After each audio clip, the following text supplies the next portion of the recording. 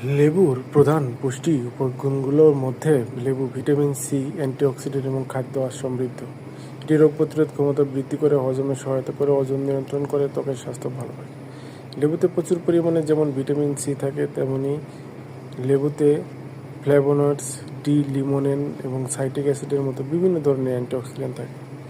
শরীরের কোষকে ফ্রি রেডিক্যালের ক্ষতির হাত থেকে রক্ষা করে। লেবুতে ফাইবার আছে, পেকটিন নামক এক ধরনের দ্রবণীয় আঁশ আছে, রক্তে শর্করার মাত্রা নিয়ন্ত্রণ করে। ফাইবার ক্ষুধা কমাতে সাহায্য করে। লেবুতে 90% জল থাকে, শরীরকে হাইড্রেট লাগে।